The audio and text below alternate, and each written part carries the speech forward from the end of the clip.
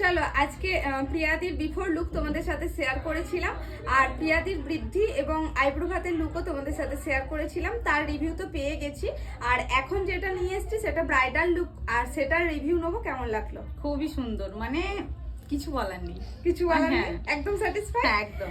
আর আজকে দিদির মাও আমার কাছে মেকওভার করেছে। মায়ের মেকওভার কেমন লাগলো? খুব ভালো, মানে খুবই ভালো, পছন্দ হয়েছে তো? একদম। তো যাই হোক, দুজনাই কিন্তু খুব স্যাটিসফাই। আরো একটা জিনিস যেটা আমরা কথা বলতে বলতে কাজ করতে করতে জেনেছি, যে যেটা এখন খুব ট্রেন্ডিং মেকআপ চলছে, টিয়ার প্রুফ মেকআপ, মানে কান্নার জল, সেটাকেও আমরা মেকআপের মাধ্যমে কিভাবে লং লাস্টিং করাবো মেকআপটাকে। কান্না থাকলেও যেন আমাদের মেকআপ লং লাস্টিং হয়। তোমার হয়েছিল এটা?